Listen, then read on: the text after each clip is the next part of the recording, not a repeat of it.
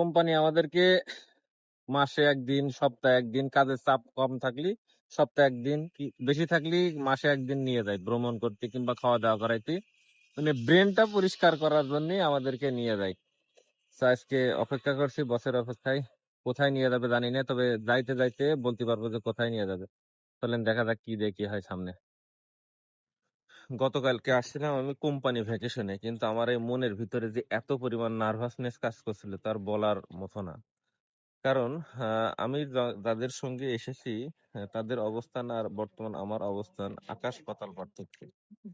ঠিক আছে? আমার নিয়ে অনেকেই আলোচনা করছে। ঠিক আছে? কারণ তারা তো সবাই চাইনিজ। আমি তাদের ভাষা বুঝতে পারছি না। কিন্তু আমার নিয়ে এসে কি বলতেছে, ভালো বলছে না খারাপ বলছে, মনের ভিতরে একটা নার্ভাসনেস কাজ করছে। ধরেন আমি একজন বস আমারে ভালোবাসলো, আমাকে ডেকে নিয়ে আসলো। কিন্তু সবাই তো আমারে ভালোবাসে কি ভালো বা জানে এটা তো আমি জানি না।